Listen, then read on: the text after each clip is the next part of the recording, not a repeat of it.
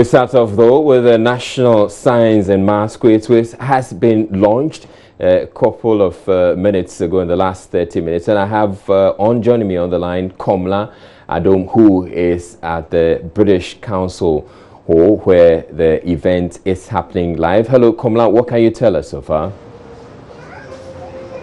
Well, Israel, I can report that at this particular moment, the unveiling of the logo for the 2018 edition of the National Science and Maths Quiz, which also marks the 25th edition of the competition, is being done in the British Council Auditorium at the moment. The logo is being unveiled. Officials from the Education Ministry, officials from the Primetime Limited, officials from sponsorships and companies that are sponsoring this particular program are currently unveiling the logo. At the moment, if you can see from the pictures, we've been having solidarity messages from the sponsors here at the launch of the event. Israel, we know now that, for example, winners for the competition will have 70,000 CDs as prize package. The first runner-up will also have some cash amounts. We also have the money zone, which is being sponsored by GCB Bank, your bank for life. So from the quarterfinal zone to the final zone, we are told that each team or the contestants will have some amount of money multiplied by the scores they get in the competition. So for the quarterfinals, for example, they will have 5 CD multiplied by the scores for the finalists or the teams there, and they will walk away with that prize money. For the semifinals, they will have a multiples of 10 CDs by the scores that they garner at the end of the competition. And then the winner will have 15 CDs multiplied by the... Okay, so Israel, at the moment you can hear the logo has just been unveiled, and so we have a competition at our hands. The die is cast. We will have the competition rolling out shortly. Students cannot wait. Teachers and trainers cannot wait. Quiz mistresses cannot also wait. In a short while, Israel, I'll be joined by some of the contestants from the schools. They'll be sharing with me what the expectations for this particular competition are. I have students from Kimbu Senior High School. I have Tamale Senior High School students. They will be joining me shortly for a brief conversation. Thank you very much for joining us. You are from Tamale Senior High School. Yes. Okay, and you are from Kimbu. I see you also from St. Thomas Aquinas, which is, by the way, our editor Evans Mensah's alma mater. How poised are you for this competition so far? By God's grace, we are very well prepared and we are ready for action. Okay, let me come to you. When it comes to these competitions, we get a lot of reports about tensions, anxiety. I hope you are not feeling any of that. Please no. Please no. So you are poised for action? Yes, please. And how comfortable are you, or how sure are you that you are winning? 90%. Okay. St. Thomas Aquinas, I know you people do a lot of bragging, and it is not by mistake that our editor Evans Mensah attended your alma mater. You are winning this competition? Yeah, we are winning this competition this year. You're very confident? Yeah. Okay. Let's talk about the experiences so far to this point. How have the experience been for you moving up the ranks and moving through the preliminaries up until this stage? Last year, our seniors managed to go to the finals, but they were down by 2 points. Okay. But this year, we are winning. You are winning? For sure. It appears everybody is winning the competition, and you are also winning? Yes, please. How has your experience been going through the preliminaries up until this point? It is quite... You have to put in the hard work. And when you put in the hard work, it will become easy for you. Okay. So you just have to learn your tricks well. The winner is the master. Okay. The master of every game is the winner. So you just have to put in more work. Okay. Your two colleagues from Accra appear to be boasting and bragging a lot that they are winning. You are also confident that you are winning? Yeah, sure. You don't look confident? We are winning. You are winning? Yes. Okay, what has been the experience for you so far going through the preliminary stages up until this point that you are finally going to compete with other schools across the country? Actually, we were seeded for this year, so we didn't go for regionals, but we arrived in Accra earlier this year for a trial contest with the schools around in the city. Okay. And from the results so far, we are sure that we are winning. Okay, so it appears all the three schools, Kimbu Senior High School, St. Thomas Aquinas Senior High School, and Tamale Senior High School are all poised to win this competition, but we know that there can be only one winner. In a short while, I'll be joined by quiz mistress, Dr. Elsie Kaufman. She will be, sharing some perspectives with us. Thank you very much, guys, for joining us. Thank you very much, Doc, for joining us. Hello. The die is cast. The competition is set to roll. We know that it's just been launched in there. What are your expectations? Oh, it's going to be a wonderful competition this year. How different would it be from that of last year, for example, which we know Prempeh College won? Have you been paying attention? There are some innovations. Yes. Now we have people being substituted. That should bring a level of excitement, right? We have the money zone starting from the quarterfinals. That's something different. And the SciTech? The SciTech, yes, that was there last year, but it's supposed to be bigger and better this year. Okay, so what would be that advice you give to contestants who sometimes get overtaken by anxiety, for example? It's not that they do not know the answers, but the anxiety plays a bigger part of, what they do at the finals. Yes, so what I've been telling the training teams, the teachers who train the students, is that it's not enough to be technically competent. Okay. So getting the contestants to also have some kind of training on how to manage stress, taking the time to come and scope out the set just to be sure that they don't get the stage fright at the last minute. That's all very important. So it should be part of the strategy for every team. Okay, before I let you go, we know that the girls schools, they fight hard, but for some reason they do not win the ultimates. What do you think has accounted for this, in your estimation as a quiz mistress? Well, I've been saying that I haven't done any scientific studies to unearth the causes, but there are some observations that I have made, and I mentioned I did an interview for you last time. Yes, I did, and I mentioned that I think the young ladies are fighting bigger battles than the competition. And so they may not have the same focus that we would like to see. And so that's also part of the training. We need to get girls who are fearless, who don't care so much about the noise and the unnecessary heckling and other things around to be able to overcome that and to focus entirely on the competition. Thank you very much, Doc, for your time. So you just had the quiz mistress, Dr. Elsie Kaufman, and it's Elsie Effa Kaufman. We cannot all wait. Quiz mistress herself cannot wait, and we know that the competition has just been launched. The official logo has been launched. We are waiting with crossed fingers. We wait to see which school will run away with the cash prize, the mouth-watering prizes, and we know that there've been some innovations. We know about the substitution, where a team or can't substitute, people they think can come and help their team to victory. And then we also know about the SciTech, which was instituted. We know it's going to be bigger and better this year. We also know about many sponsors that have come on board. We entreat all the students, we entreat all the schools, all the trainers, come support your students. Let's make this a big one. Once again, we are saying great thanks to all the sponsors, Primetime Limited, and all those who have come on board to do this. So from here at the British Council, I am Komla Adom reporting for joining us. All right, thank you very much, Komla Adom. And one of the exciting things about this year's National Science and Maths Quiz is the fact that Joy News is official broadcast partner, which means that you can follow all the quizzes right here on your channel, Joy News. In other news, Minister for Environment, Science, Technology and Innovation, Professor Frimpong Boateng, has charged Ghanaians to take individual responsibility for the environment as government works to put in place a policy to address the plastic waste menace in the country. His call comes as Ghana joins the rest of the world to mark World Environment Day under the theme, Beat Plastic Pollution.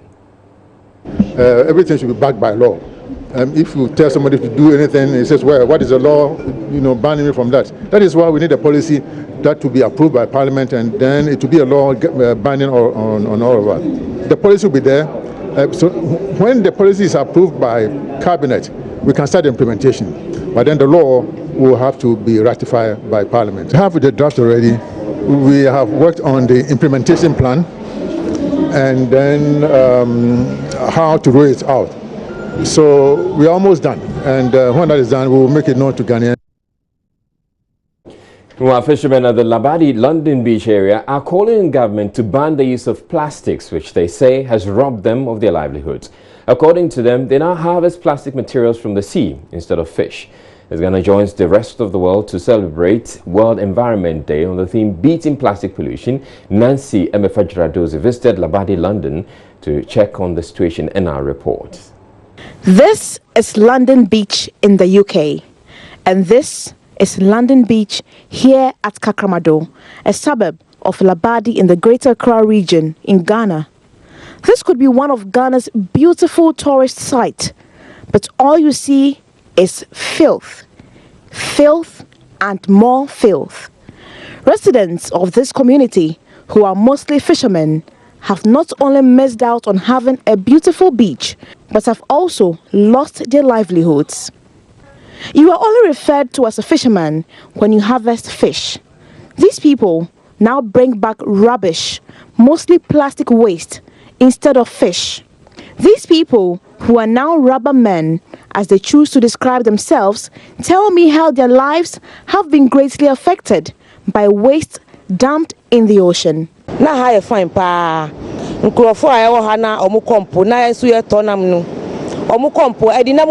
Here used to be beautiful, and we were harvesting lots of fish. We had fish in abundance. We depended solely on this to feed our families. Now all we gather is rubbish, some even in sacks. It's greatly affecting us. When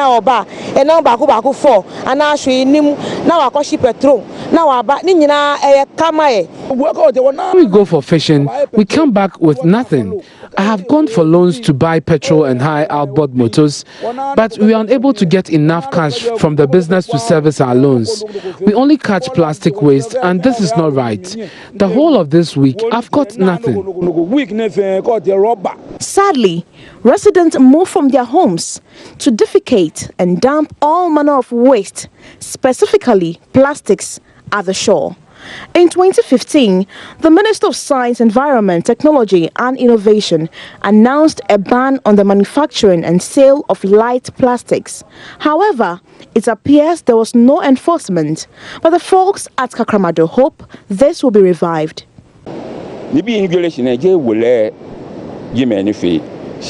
Upstream. When we go fishing these days, instead of getting fishes, all we bring back is plastic. We've complained about it over and over again, but nothing has been done. Until government bans the use of plastics in this country, the situation will not change. Back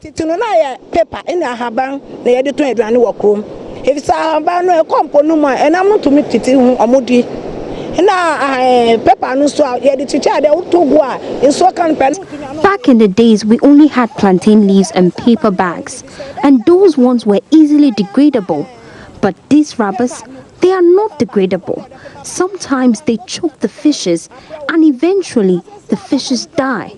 Government need to ban this plastic so we can go back to paper bags.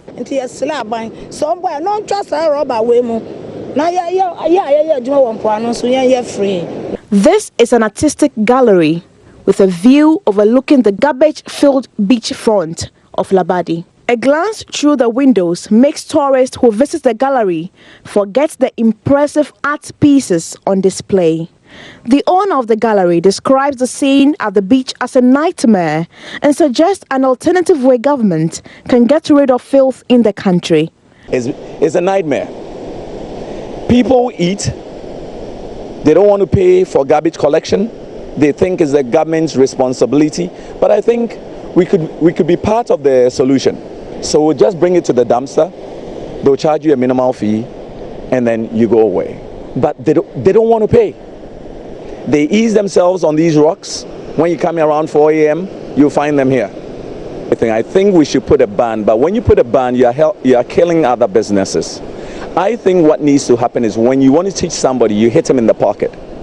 I think they should put a surcharge on all those people producing plastic bags. So if they are not managing it, the government will get people to collect these garbage bags, but you are paying for it up front. The question still remains, what is being done to take care of our environment? NSMQ, Joy News.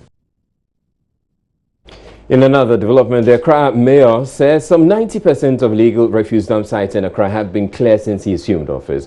This Mohammed Ejesoa says is part of his grand plan to transform Accra into a clean city. He was speaking at an event organized by EcoBank to mark World Environment Day in Accra. Hanodame has more in the following report. Research has revealed close to 7 billion trees are cut down every year across the world. Not half of this is planted within the same period, resulting in climate change and other adverse effects. Executive Director of EcoBank Legal and HR Compliance, Morgan Asiedu, says if this trend is not reversed, Ghana, which has not cultivated the act of tree planting, will be adversely affected. That's why EcoBank is partnering some schools to begin a tree planting exercise across the country. He believes this will address the seeming desertification being experienced in parts of the country. If our people are not well, their businesses cannot thrive, right? So we are part of the environment. When our gutters get choked and there's flooding, it affects us, it affects our staff. So we cannot be like the ostrich and bury our heads in the sand. So we are planting trees because we believe that when we plant trees, the trees will keep the environment healthy.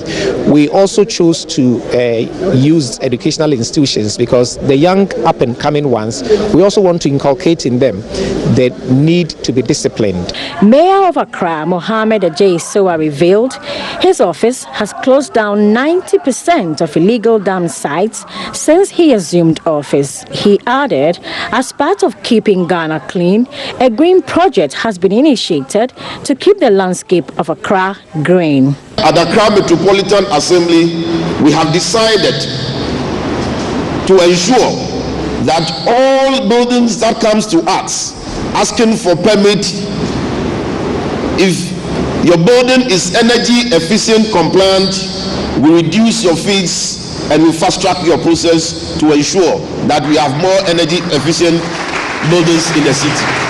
We want to make sure that we change the landscape of Accra.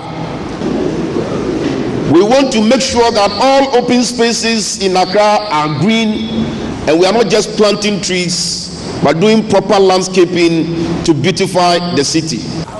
Aside tasking institutions to work at recycling plastic waste for value, wife of Vice President Samira Bawumia said unless Ghana adopt innovative ways of managing plastic waste, the country will continue to be engulfed in filth. Indeed, the current state of Ghana's environment leaves a lot to be desired. Today, as a consequence of deforestation, we are importing timber for use. Our rivers and lakes are disappearing and existing ones are being polluted. The Ministry of Environment, Science and Technology and Innovation is currently developing a national plastic waste management policy. This policy will provide a framework to develop plastic waste into a resource for value addition and using sustainable chemistries as a tool for spearheading innovation and economic development. The theme for EcoBank's project is Planting Today, Protecting Tomorrow. It was one of 3 events held in Ghana, with the others in Ashanti and Northern regions. Similar events were also held by EcoBank in 33 other countries around the world simultaneously. So in the other event held in the Ashanti region, city authorities in Kumasi are emphasizing anti-littering and tree planting in a renewed effort to overcome filth and environmental abuse. The Metropolitan Assembly is distributing an initial 1,000 waste bins across the city as it relaunches the sanitation campaign dubbed Keep Kumasi Clean and Green. At a ceremony to mark World Environment Day, City Mayor Osei Esibe Entry says some corporate institutions are committed to the Assembly's cause to rid the city of filth. Nana Asenso Mensah has more in this report.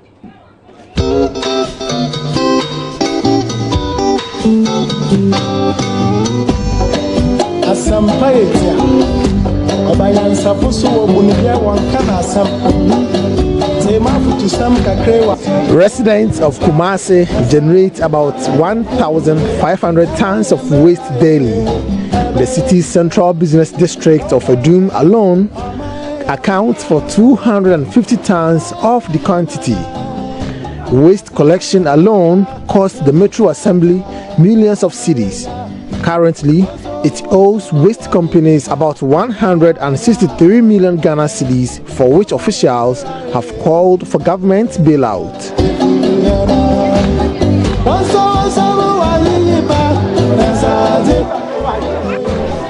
Sweepers at the central market are complaining about low remuneration for their services. We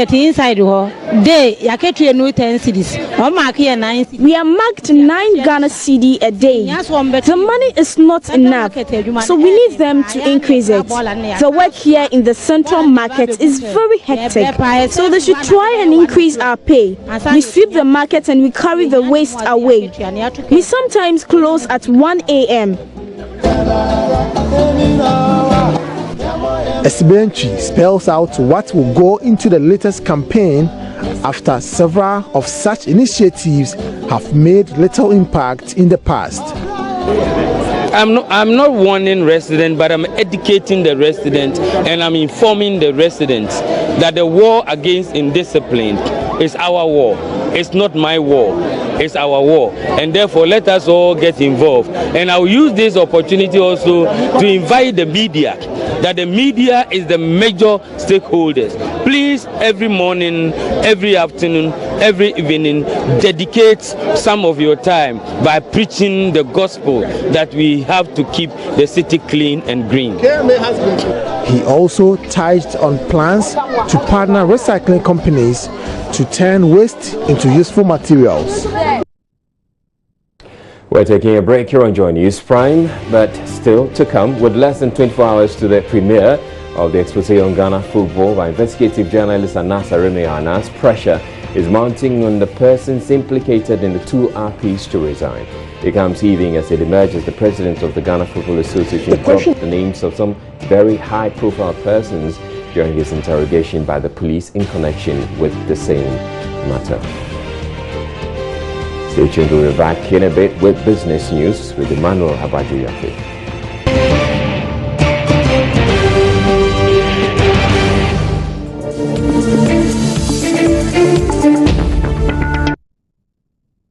Hello, good evening to you and welcome to Business. The National Petroleum Authority NPA says much progress is being made for the successful rollout of the implementation of the cylinder recirculation module.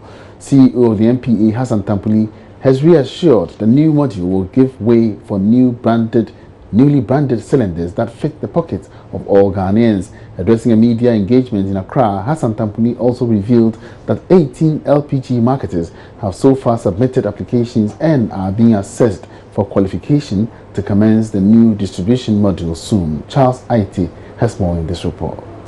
CEO of the NPA, Hassan Tampuli, says all is set for the rollout of the new distribution model, which will be implemented side by side and eventually leading to the phasing out of the existing model. Speaking at the media engagement, Hassan Tampuli debunked claims of job losses as a result of the new model. He is confident the NPA will strictly comply with Ghana's local content policy. 1,500 distribution centers, and then about 5,000 redistribution centers. And they have 22,000 retail outlets across the country. 22,000 retail outlets across the country. Now, retail outlets employ 1 or 2 depending on the size. Assuming we are dealing with 1, that's 22,000 easily. Then you do the rest of them. And we are talking about not less than 100,000 employees within the LPG value chain alone. So if you hear things like we are going to have job losses, I beg to differ. Meanwhile, head of inspection at the NPA, Esther Anku, has been explaining what the cylinder recirculation model entails. According to her, consumers of LPG who fail to exchange their old cylinders for new branded ones risk being denied access to LPG supply. That is seriously bearing with that. And of course, to be with improved safety, because the risk assessment exercise we are undertaking, all the high risk facilities will have to be reconverted into cylinder exchange points. And we are considering the locations of the existing outlets as one of the key points in the criteria that we have developed for the assessment. So the sites that are within areas that we find unsuitable would have to be converted. And then I've already mentioned that we are going to recall cylinders, and at that point, consumers will have to return whatever or bring up whatever cylinders they have in their possession for new ones. If they don't take advantage of that and then decide to keep them, it will get to a point that it will be difficult for them to access LPG. Government in October 2017 introduced a cylinder recirculation model following a gas explosion at Atomic Junction in Accra, which resulted in the death of 7 people with several others injured. Group CEO of Clyston, an IT solutions company, Paul Jakwe, says they will not be pursuing a delisting from the Ghana Stock Exchange despite some challenges encountered. He made this known when the company took its turn on the Ghana Stock Exchange's Facts Behind the Figures series in Accra. Delisting is not something we are going to do. We believe that in giving value to shareholders, you must obviously come out with good results. You must come out with increased profits, give them dividends. And one thing you shouldn't forget about is capital appreciation. Company may not pay dividends regularly, but then in building a business, there are other, other parts of the business that is growing. If it's not dividend, you are growing your infrastructure, you are growing your customer base, and one day somebody obviously can see the value in that. In terms of trading, I think it's a matter of demand and supply. Okay, so I think after these type of engagements, we can see some demand coming and some supply happening. So I can see that in the next coming few months, I'm sure there will be activity on the market. Last year, the group was suspended for failing some listing requirements. Group CEO Paul Jakwe was of the opinion that the Ghana Stock Exchange could have handled their suspension from the local bourse in a better way. The company had been suspended according to the GSE because they failed to meet their continuing listing obligations in spite of several promptings to do so. The Ghana Stock Exchange lifted the suspension in a press release dated August 28, 2017. Now, after several reports of attacks on mobile money vendors across the country, many agents still operate under dangerous conditions. Sandra Esinamafenu reports mobile money vendors in parts of Accra have not put in place adequate security measures and instead still depending on God for protection. Robert Boateng has been a victim of mobile money attack 4 times, and for security reasons, he would rather stay behind his counter during the interview. A story he does not want to recount. The best he does these days is to close before the sun goes down. If I wasn't closing early, so now I close early, because it is like most of them was happening in the night. Robert said service providers are more concerned about mobile money fraud than the security of merchants. For them, their security is based on our transaction, not about our money. Do you understand? And they have told us not to. They are looking at the scam aspect, not we being.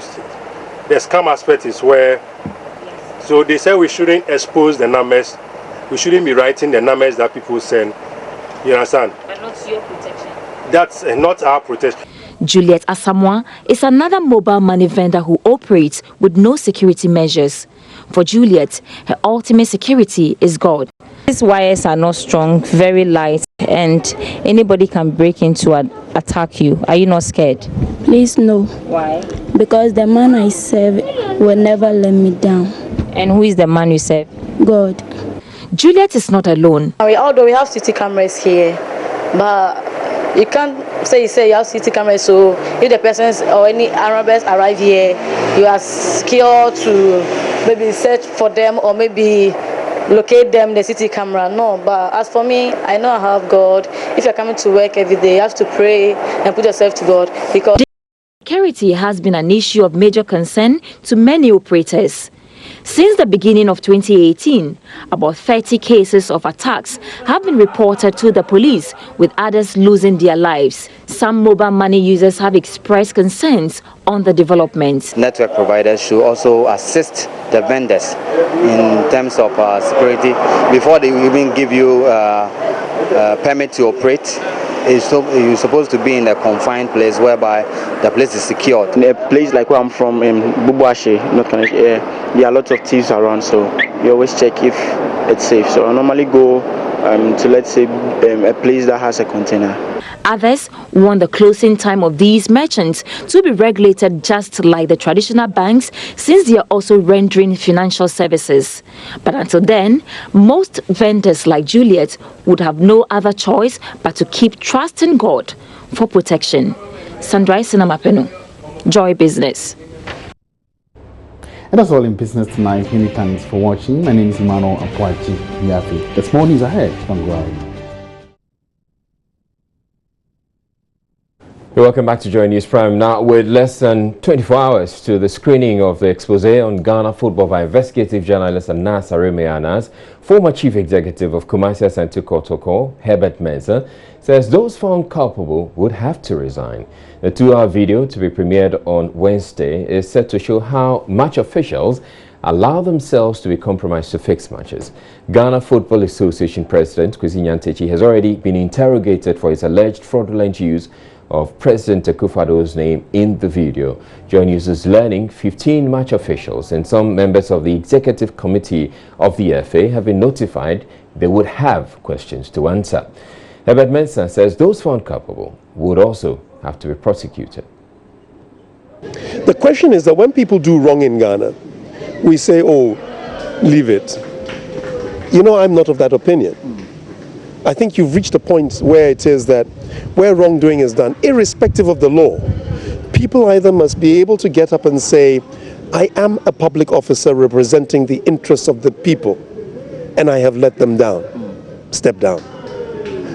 Whether it's a matter that you now go into another world, or whether you face the rigors of the law, or whatever it is, the imagery of who you are determines the future of our children and our children's children in terms of sports and development of where they go. So if you're saying there are referees who've admitted they've taken money to influence matches, resignation is the first step. A strong action even before the viewing of the tape today should be there. You know, and those who are then responsible, who have not put a system of checks and balances in place, should be called in order. The statements are not accusatory. They're just simply a matter of fact.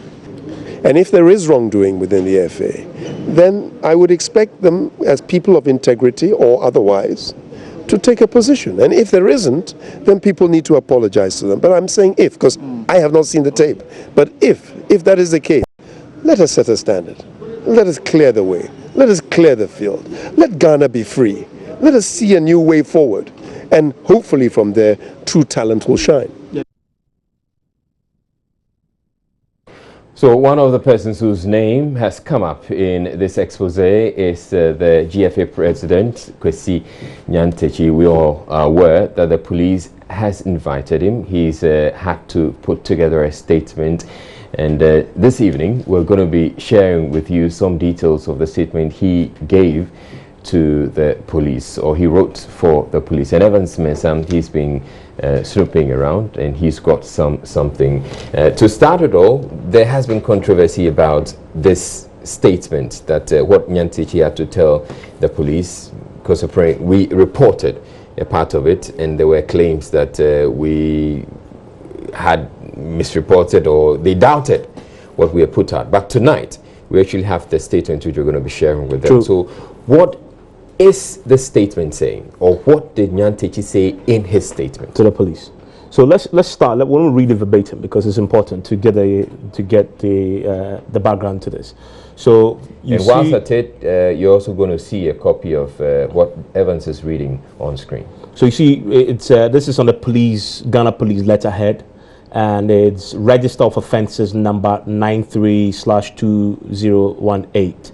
And it talks about, of course, the statement is given to the Financial Forensic Unit of the Police Services on the 3rd of May 2018. And it says that, of course, the entity gives his name, and you see that on your screen there. His address is provided.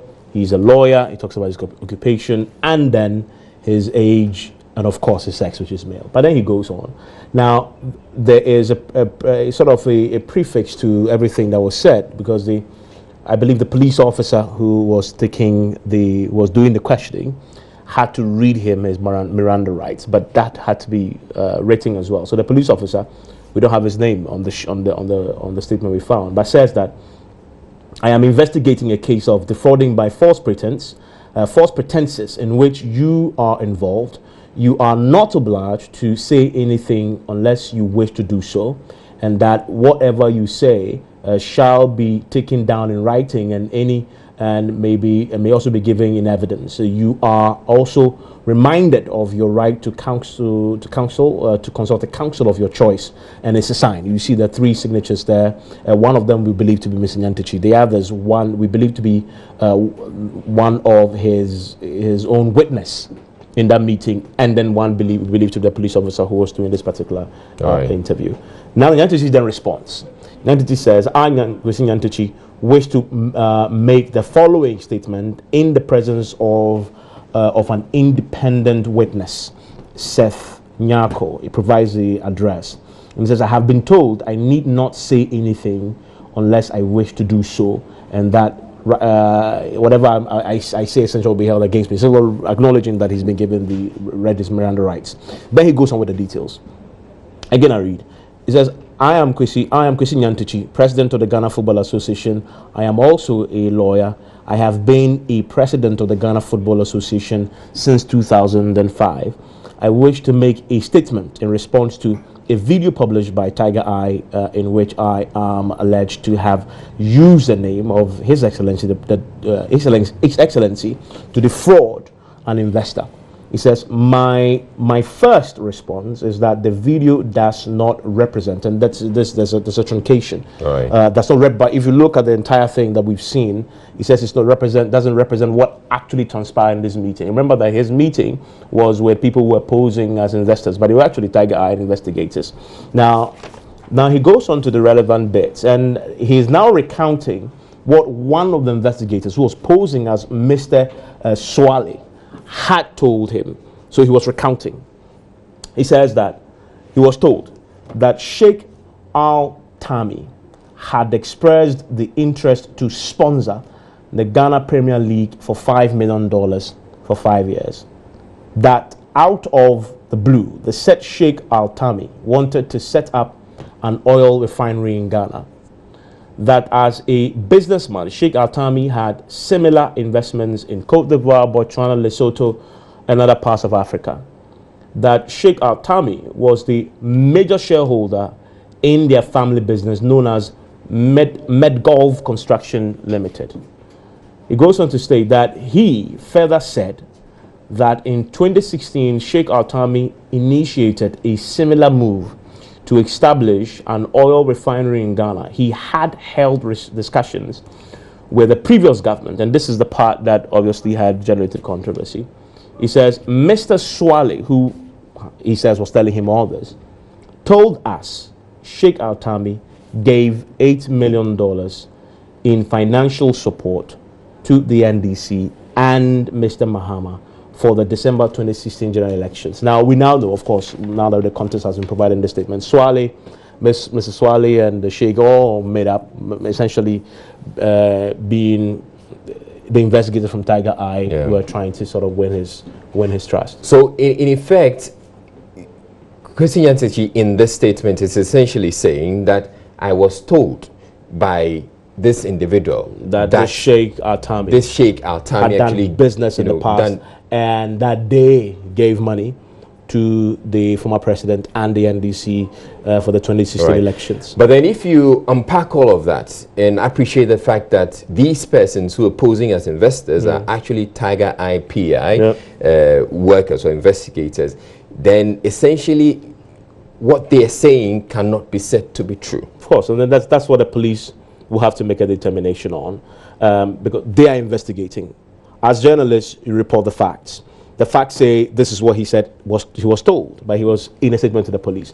But knowing what we know now, on the back of all that has transpired in the last few weeks, we know that, of course, Mr. Swale and the Sheikh Atami, well, Sheikh Atami we don't know for sure, but Swale definitely we know, because that's the guy who was telling him all these things that they had done, is a rep of Tiger IPI. Definitely, and therefore you could come to the conclusion that obviously if they are posing as such, then they were just selling him falsehood to win his trust, essentially, and which is what he recounted to the police. Okay, so anyway, we're all going to be waiting to see what else is in this video, which is going to be shown on Wednesday, and we'll bring you details. And it's important to note, as you mentioned, that never in the report yesterday did we say that money was indeed given and that your mama took it. We said he has said it in a statement that he had been told that his investor friends, his investor friends are these individuals that he mentioned. One is Swale, and this other sheikh, who of course we don't know. But I'm sure tomorrow it will all become very apparent. In right. Thank you very much, Evan Spencer. We're taking a break here on Joy News. Prime to bring. Now, the Right to Information Bill is now ready for consideration by the General House. This was after extensive consultations by Parliament's Constitution and Legal Affairs Committee, which has also recommended that the House approve it.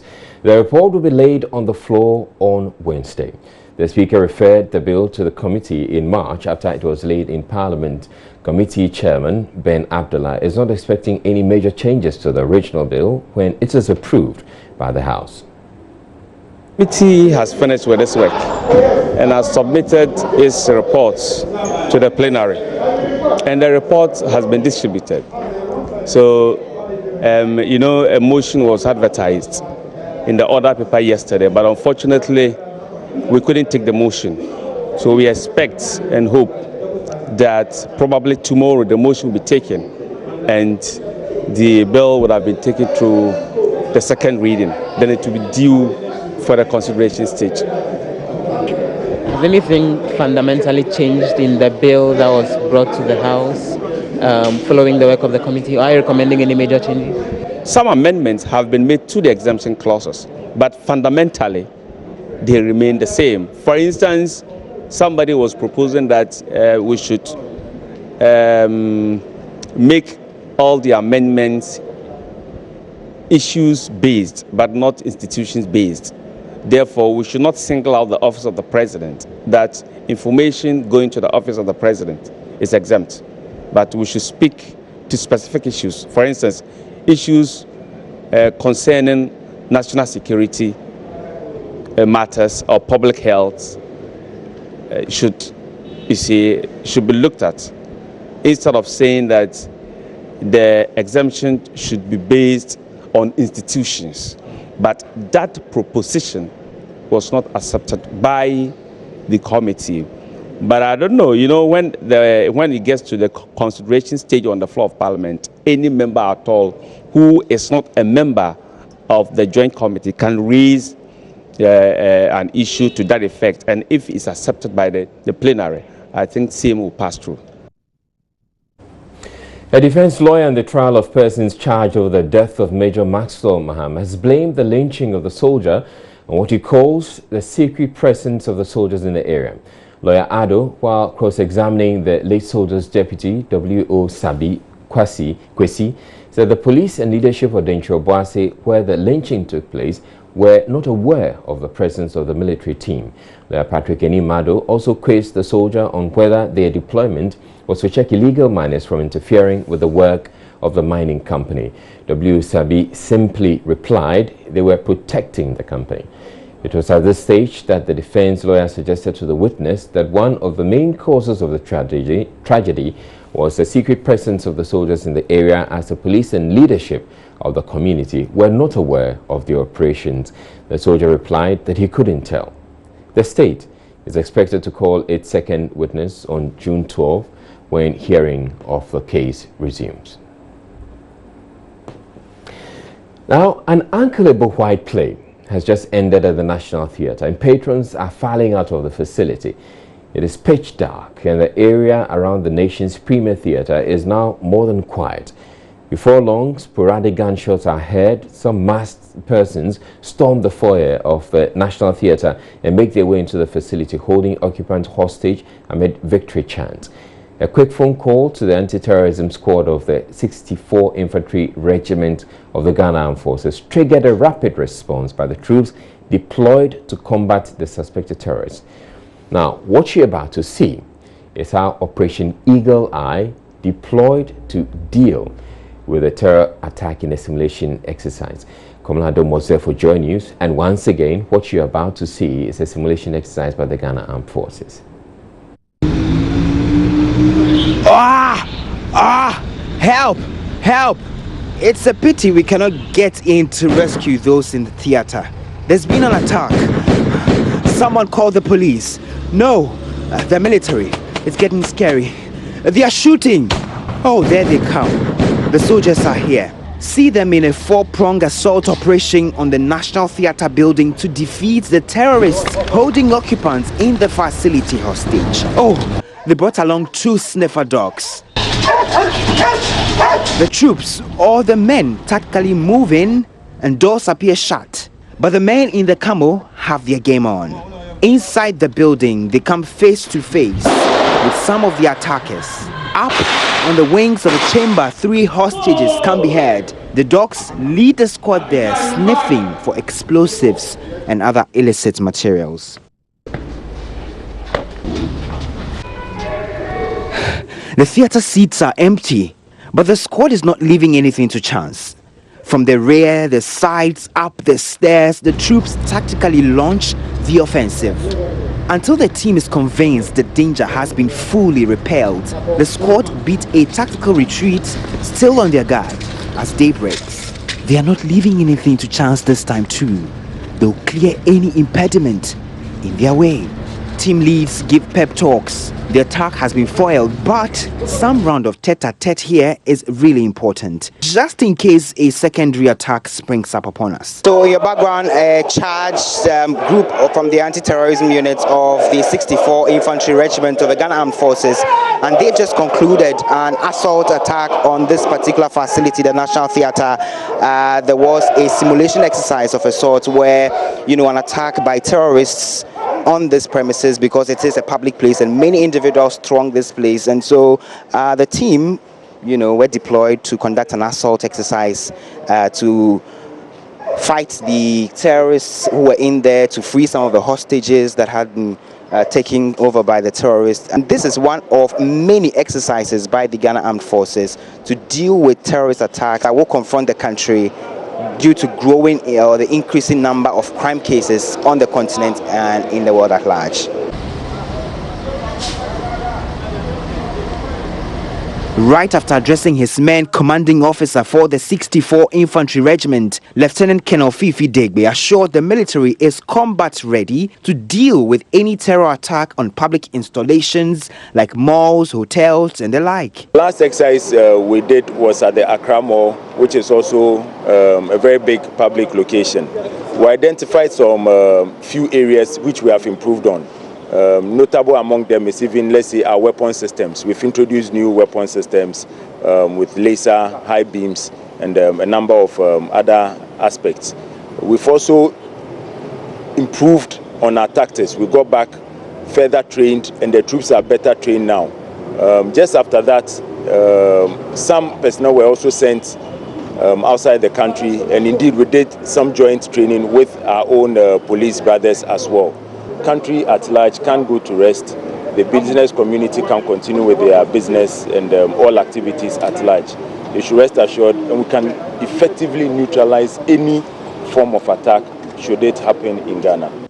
Well, for those concerned about how the squad could deal with attacks on high-rise buildings, Lieutenant Colonel Fifi Degbe has some assurance for you.